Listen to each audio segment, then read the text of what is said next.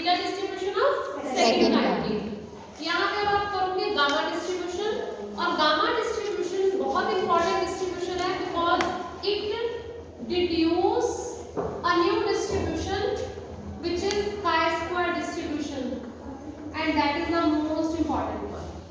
ठीक है, अब देखो गामा डिस्ट्रीब्यूशन क्या होती है।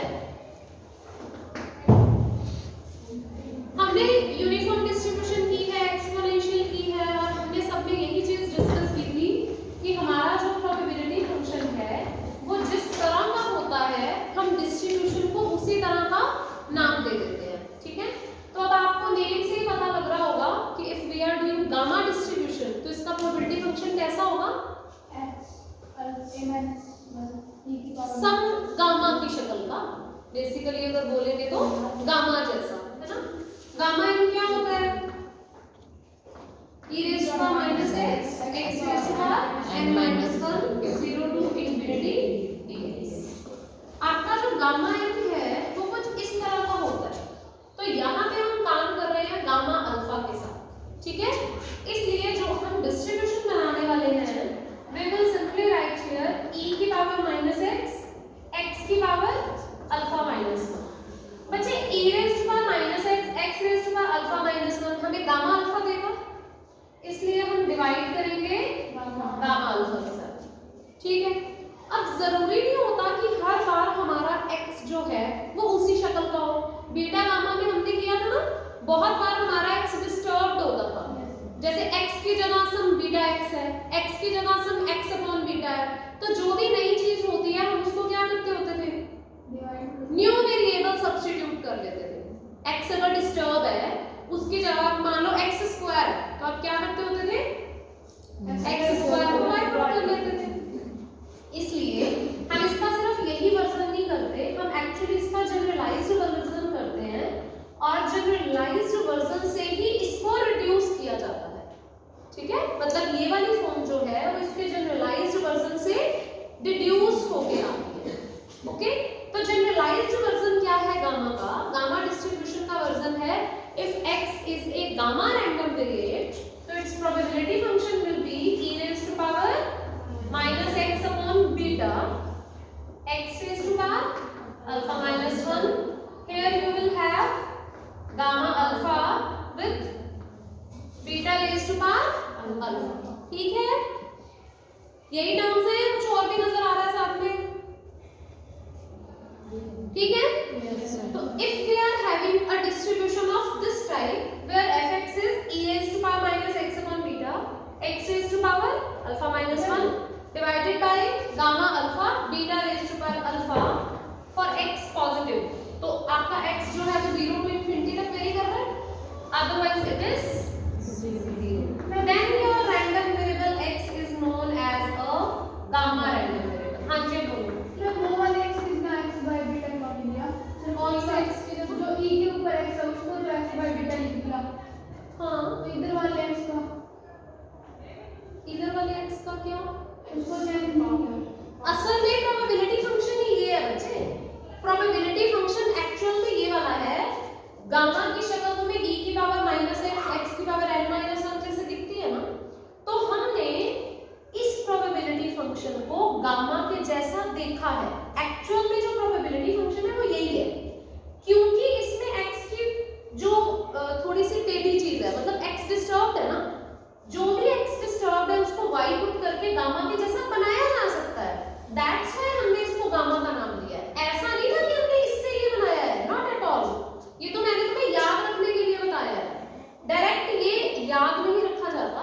हमने क्या किया, सबसे पहले हमने देखा है कि गामा कैसा होता है, ऐसा होता है, गामा के जैसा डिस्ट्रीब्यूशन कुछ ऐसा होना चाहिए। अब हमने अपने माइंड में रखना है कि एक्चुअली यहाँ x थोड़ा डिस्टर्ब्ड है, we are not having x here, we are having x upon beta, सिर्फ e की पावर में। तो हमें असल में इस डिस्ट्रीब्यूशन को याद रखना है और नहीं कुछ भी याद रखना, इसको याद रखना है, इससे हम आगे सब कुछ डिड्यूस करते चले जाएं। Are you getting it? Clear हुआ सबको? तो हम कहेंगे a random variable following a distribution of this kind is known as a gamma random variant। ठीक है, अब इसके डिडक्शंस हैं आगे जो बहुत ज्यादा यूज होती हैं। अगर आप बीटा को 1 कर देते हो तो बिल्कुल वही शक्ल बन जाएगी जो आपको गामा जैसी लगती है ना। बीटा को 1 सब्स्टिट्यूट किया तो probability function will reduce to gamma alpha, otherwise it is 0। That's it. तो ये आपका डिड्यूस्ड प्रोबेबिलिटी फंक्शन बन गया for beta is equal to 1। अब बेसिकली आपको इसकी तीसरी डिडक्शन याद रखनी है क्योंकि वो सबसे ज्यादा मेन है। तीसरी डिडक्शन क्या है? फर्स्ट फॉर्म ये हो गई, सेकंड फॉर्म बीटा 1 के साथ हो गई, third form is the main. अगर हम अल्फा को कुछ r/2 ले लेते हैं और बीटा को 2 ले लेते हैं, सीधे रट्टे मारोगे तो इतना कुछ याद नहीं रहने वाला, मतलब सीधा सारी डिस्ट्रीब्यूशंस याद नहीं रहती होती, इसलिए सिमेट्रिकली ध्यान रखिए। गामा के हिसाब से आपको ये ध्यान में रह जाएगा, गामा माइंड में रहता है, हमें पता है हमने e की पावर x की जगह क्या लेना है, x अपॉन बीटा लेना है, ठीक है। ये तुम्हें नाम ही याद रहेगा ना, तो तुम जब x अपॉन बीटा को y पुट करोगे तो तुम्हें पता लग जाएगा कि ऊपर बीटा की पावर अल्फा फालतू में आ रहा है। Probability function, well defined probability function कब बनता होता है? इंटीग्रेशन करने पे आंसर क्या आना चाहिए? 1। तो उसकी वजह से ये बीटा की पावर अल्फा लगाना पड़ा, क्योंकि जब x अपॉन बीटा को कुछ y डालोगे, इंटीग्रेट करोगे तो तुम्हारे पास बीटा की पावर अल्फा भी तो आ जाएगी ना, फालतू की चीज, तो उसको सेट करने के लिए ये लगाया। Got it? चलिए अभी हम इस पे वो भी बात कर लेते हैं कि ये थ्रू आउट पॉजिटिव है। This is a probability function, it will be a well defined probability function अगर क्या होगा, थ्रू आउट पॉजिटिव और होल इंटीग्रेशन इक्वल टू 1। क्या ये थ्रू आउट पॉजिटिव है? एक्सपोनेंट है और बाकी x जो है वो पॉजिटिव रेंज में है, दैट्स व्हाई प्रोबेबिलिटी फंक्शन हमेशा पॉजिटिव। दूसरी चीज 0 से इंफिनिटी इसका रिजल्ट 1 बनना चाहिए, तो आप लोग देखो 0 से infinity x upon beta, x की पावर अल्फा माइनस 1 और ये लग रहा है बन जाएगा dx। इसको करके देख लेना, x अपॉन बीटा को क्या डालोगे, y डाल दे, तो ये क्या हो गया फिर, x अपॉन बीटा को y डाला है ना, तो x बीटा y हो गया ना, ऐसी शक्ल बन गई ना, ठीक है। और यहाँ पे गामा अल्फा है, यहाँ बीटा की पावर अल्फा है, dx की जगह बीटा dy। अब समझ में आ गया है बीटा की पावर अल्फा इसलिए डाला है। तुम्हें नाम ही याद रहेगा तो तुम करके देखोगे ना, जब भी किसी का प्रोबेबिलिटी फंक्शन लिखो साइड पे करके देख लो फटाफट। डिस्क्रीट है तो समेशन 1 बनना चाहिए और कॉन्टिन्यूअस है तो इंटीग्रेशन 1। तुम अपना करके देख लो, तुम्हें नहीं भी ध्यान से पता लग जाएगा कि यहाँ क्या बन गया, टोटल बीटा की पावर अल्फा। Got it? ये कैंसिल, 0 टू इंफिनिटी e की पावर -5 y की पावर अल्फा माइनस 1 dy क्या है ये, gamma alpha. This is nothing but gamma alpha, that's why आपको रिजल्ट में क्या मिल गया, 1। So it will be a well defined probability function. Got it? तो इसकी वजह से हमने ये सब कुछ किया है, ठीक है। Now having a gamma random variate, we can have a new random variate which is chi-square random variate, ठीक है। तो chi-square डिस्ट्रीब्यूशन कौन सी होती है बच्चे, अगर कोई रैंडम वेरिएबल गामा डिस्ट्रीब्यूशन को फॉलो कर रहा हो बट उसके जो पैरामीटर्स हैं अल्फा बीटा वो कैसे हो, letting beta to be 2 and alpha to be r/2, तो जो नई डिस्ट्रीब्यूशन बनेगी that is known as a chi-square distribution, ठीक है। नेम्स जो है ना वो मतलब कोई साइंटिस्ट जिस तरह का काम करते हैं वो कोई नई रिसर्च करके नया कुछ डिस्ट्रीब्यूशन बना देते हैं तो उनके नाम पे वो रख दिया जाता है। जैसे किसी ने सर्वे, chi-square डिस्ट्रीब्यूशन तो ना बहुत ज्यादा काम का होता है, जब रिसर्च होती है ना तो chi-square बड़े ज्यादा रिजल्ट्स देता है। r होते हैं डिग्रीज ऑफ फ्रीडम, अपन ये अल्फा लिखा है ना, तो जितने पैरामीटर्स पे काम हो रहा होता है ना उनको बोलते हैं डिग्रीज ऑफ फ्रीडम। जैसे 3D में अपने पास x y z 3 ही होते हैं ना, 3 डिग्रीज ऑफ फ्रीडम है x y z। मान लो तुम n डायमेंशंस में काम कर रहे हो, 8 डायमेंशंस में काम कर रहे हो, तो तुम्हारे पास कितने पैरामीटर्स होंगे, 8, तो वहां होते हैं 8 डिग्रीज ऑफ फ्रीडम। तो r जो है actually it is known as degrees of freedom, ठीक है। तो किसी सर्वे के अंदर जब कुछ काम किया जाता है तो वहां r जो है वो 2 अल्फा के अप्रोक्सीमेट निकला था, दैट्स व्हाई ही हम गामा डिस्ट्रीब्यूशन में अल्फा को क्या बना देते हैं r/2, बीटा को क्या रख देते हैं 2। तो जो नया डिस्ट्रीब्यूशन आता है वो कौन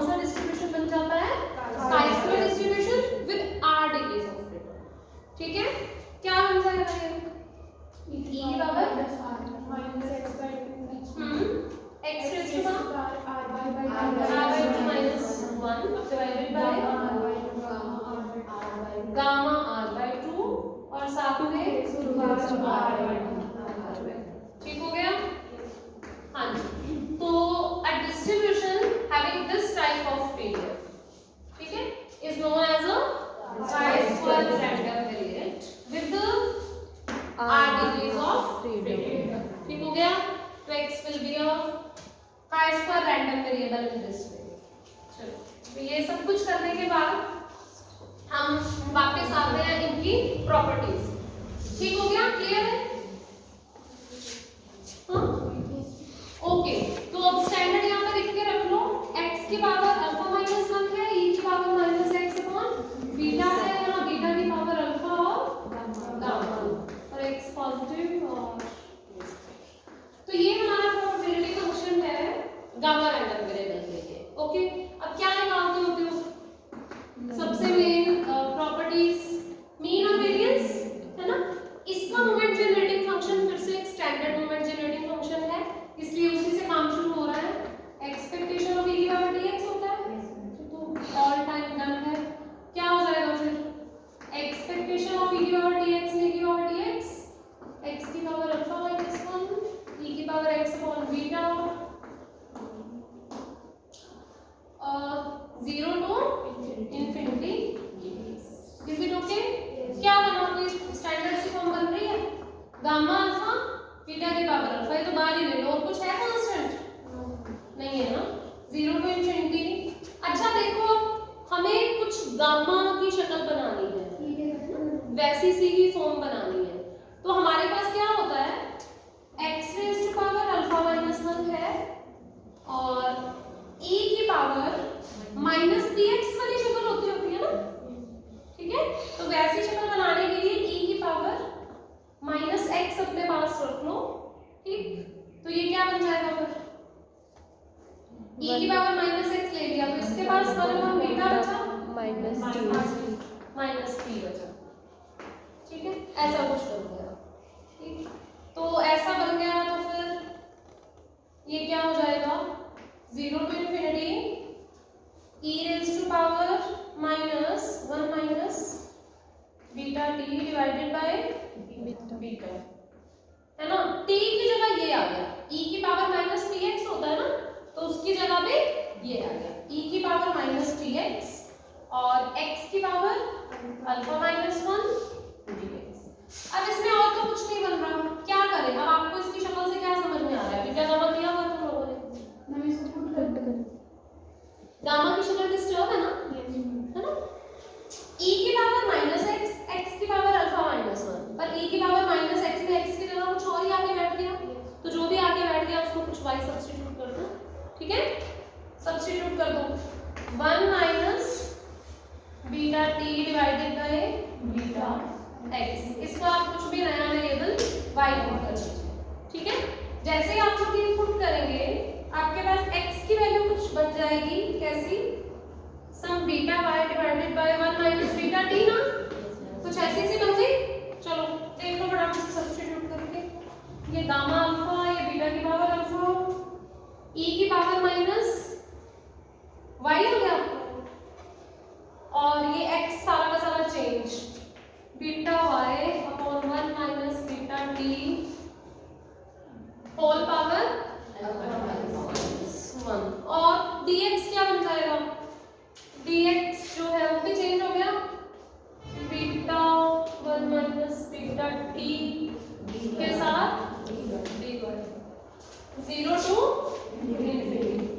ठीक है, देखना कोई टर्म तो नहीं रह गई, e की पावर माइनस y, e की पावर माइनस y, इसकी पावर अल्फा माइनस 1, ये dx, दैट्स ऑल। हो गया? हाँ जी, तो what it comes out to be, ये क्या बन गया?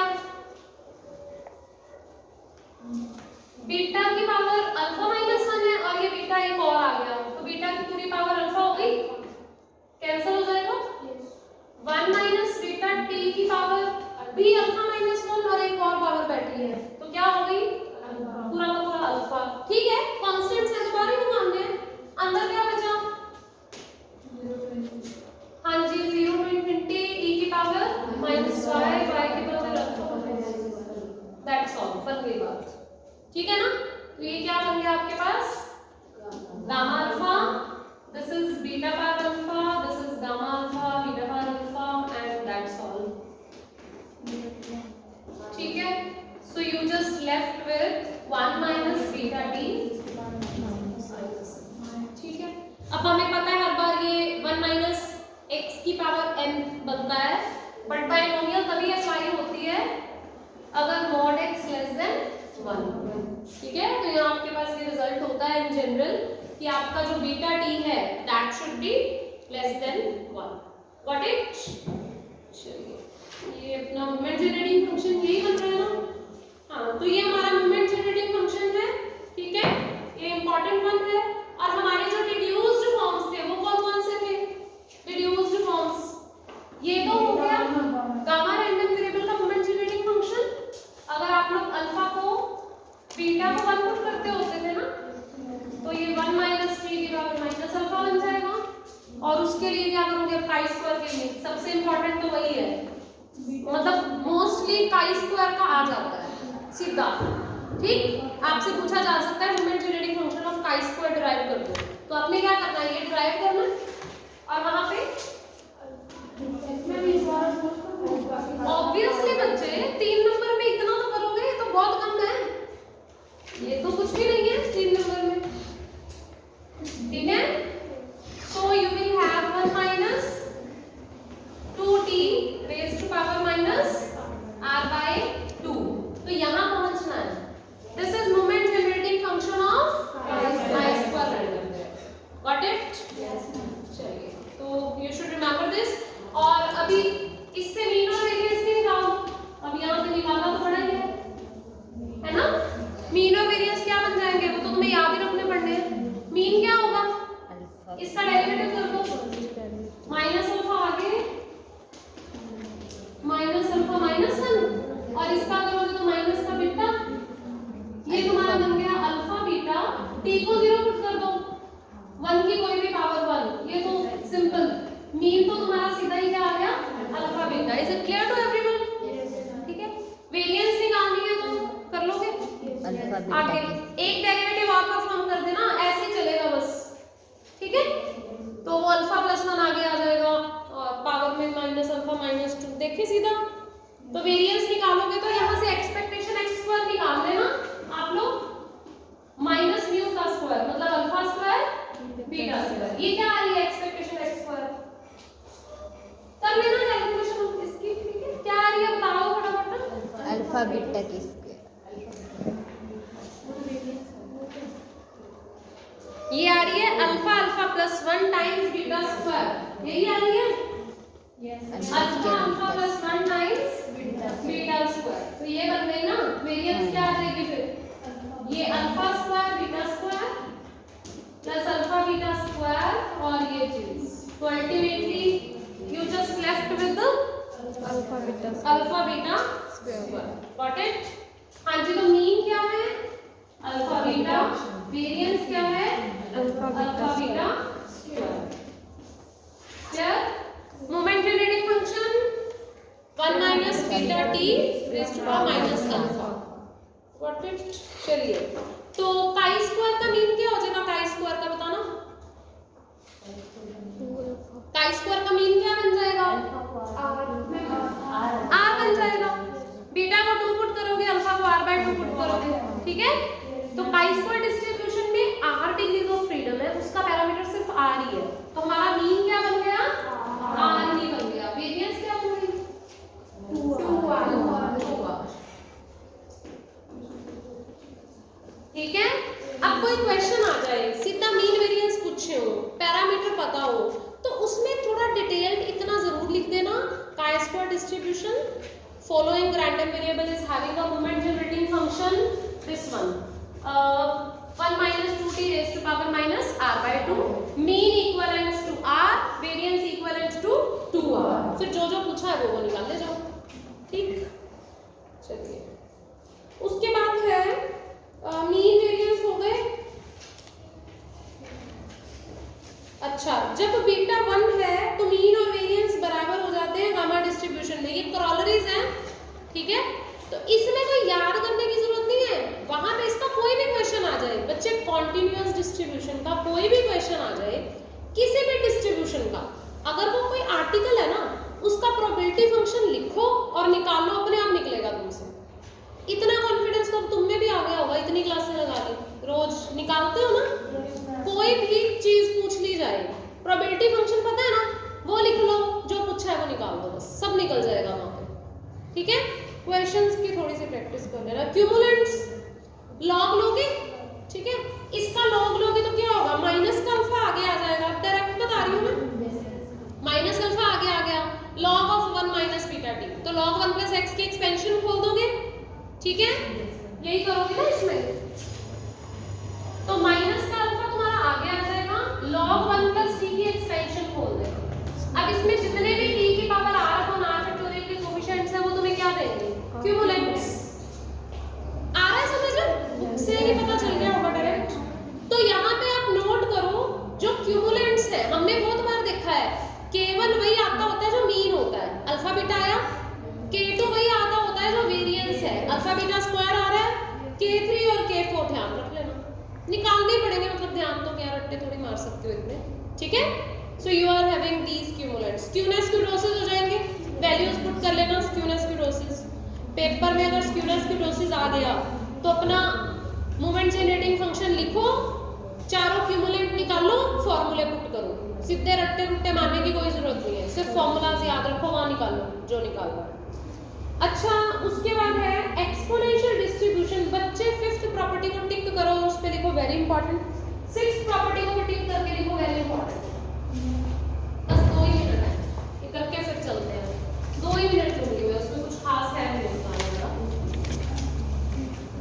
मेरे एग्जाम में भी आया क्या ये एग्जाम में आती है, यहाँ पे लिखा हो ना लिखा हो, एडिटिव प्रॉपर्टी हर एक डिस्ट्रीब्यूशन की तुम्हें आनी चाहिए, फ्री के नंबर है, एडिटिव प्रॉपर्टी आ गई तो।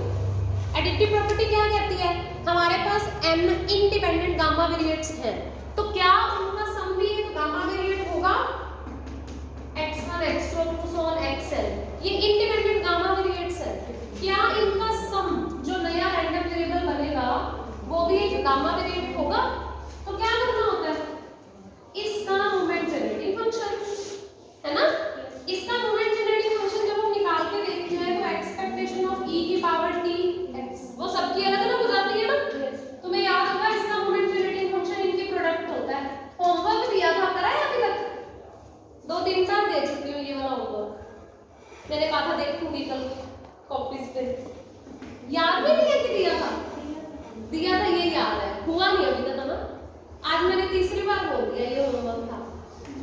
तो जब आप इनके रैंडम वेरिएबल्स के मोमेंट जनरेटिंग फंक्शंस प्रोडक्ट करोगे तो क्या बनेगा बच्चों, ये काई स्क्वायर है, गामा ही लगा लो, चलो काई स्क्वायर को भी छोड़ो, गामा ही लगा लो, 1 - गामा वेरिएट है, मोमेंट जनरेटिंग फंक्शन अभी तो दिया है 1 minus beta t raise to power minus, ठीक है। अब देखो अगर तो ये बीटा हुआ अलग अलग, फिर तो हो ही नहीं सकेगा, अलग अलग बीटा है तो अलग अलग फैक्टर बैठे होंगे, फिर कोई इकट्ठे हो जाएंगे, नहीं हो पाएंगे। अगर तुम्हारा बीटा हुआ सेम बीटा के साथ जितने मर्जी फैक्टर बैठे हो उनकी पावर ऐड हो जाएगी ना, तो सेम बीटा के साथ ये जो पावर्स बैठी हैं ये सब इकट्ठी हो जाएंगी इस तरह से। आया कांसेप्ट समझ में कि नहीं आया, क्लियर हो गया। तो अगर हमारे पास बीटा पैरामीटर सेम है तो जो गामा रैंडम वेरिएट्स हैं उनमें एडिटिव प्रॉपर्टी फॉलो होती है, मतलब sum of gamma random variates will again be a gamma random variate with new moment generating function this one. और अगर बीटा 1 हो गया फिर तो और भी अच्छा है, फिर तो हो ही जाएगा। और अगर वो काई स्क्वायर रैंडम वेरिएबल्स हुए फिर तो उनके अंदर बीटा होता ही फिक्स है, काई स्क्वायर के अंदर तो बीटा होता ही 2 है, तो उसमें तो वो बीटा सेम ही रहेगा। तो काई स्क्वायर का अगर सीधा आ गया एडिटिव प्रॉपर्टी तो बताओ n chi square random variables का सम क्या काई स्क्वायर रैंडम वेरिएबल होगा, पक्का होगा, क्योंकि उनमें तो बीटा 2 होता है, फिक्स होता है, ये सारे ऐड हो गए। सो एडिटिव प्रॉपर्टी कहती है सम ऑफ इंडिपेंडेंट रैंडम वेरिएबल्स अगर सारे के सारे काई स्क्वायर डिस्ट्रीब्यूशन फॉलो करते हैं तो जो नया है वो भी काई स्क्वायर डिस्ट्रीब्यूशन को फॉलो करेगा, ठीक है। अल्फा चेंज हो जाएंगे उसके हिसाब से, r1/2 r2/2 है ना, दी है क्या एडिटिव प्रॉपर्टी अलग से काई स्क्वायर की, हाँ दे रखी है ना, वो देखो बस अल्फाज की जगह पे समेशन आर आईज आ गया, ठीक है। ये सारा हमने करके आना है। और फिफ्थ प्रॉपर्टी भी मोस्ट इंपॉर्टेंट है, उसको भी करना है, ठीक है। वो कह रहे हैं कि जो गामा डिस्ट्रीब्यूशन है, अब तुम्हें खुद ही समझ आ रहा होगा गामा कितनी इंपॉर्टेंट है। पहले तो गामा खुद एक डिस्ट्रीब्यूशन का रैंडम वेरिएबल देती है, फिर जब तुम बीटा को 1 बना देते हो तो फिर वो एक डिडक्शन देती है, फिर उसी से काई स्क्वायर बन गया और उसी से एक्सपोनेंशियल भी बन रहा है। और सेम बीटा के साथ वो एडिटिव प्रॉपर्टी भी फॉलो कर रही है, तो कितनी प्रॉपर्टीज हो गई उसके पास, ठीक है। हाँ जी, फिफ्थ प्रॉपर्टी में देख लो, अगर तुम्हारा पैरामीटर अल्फा 1 हो जाए, सिर्फ पैरामीटर अल्फा अगर 1 हो जाए, अल्फा को 1 करके देखिए क्या बन गया, x की पावर तो 0 ही हो गई, e की power minus x upon beta साथ में 1 अपॉन बीटा, ये शक्ल बन गई ना, e की power minus x upon beta साथ में 1 अपॉन बीटा। 1 अपॉन बीटा का नाम क्या रखोगे? Good lambda. किसने बोला? लैम्डा e की power minus lambda. Very good, बन गई है एक्सपोनेंशियल डिस्ट्रीब्यूशन, कोई तो पढ़ता है। चलिए ठीक है, गुड, ये सब हो गया। अब कल ये खत्म करके नॉर्मल शुरू करेंगे।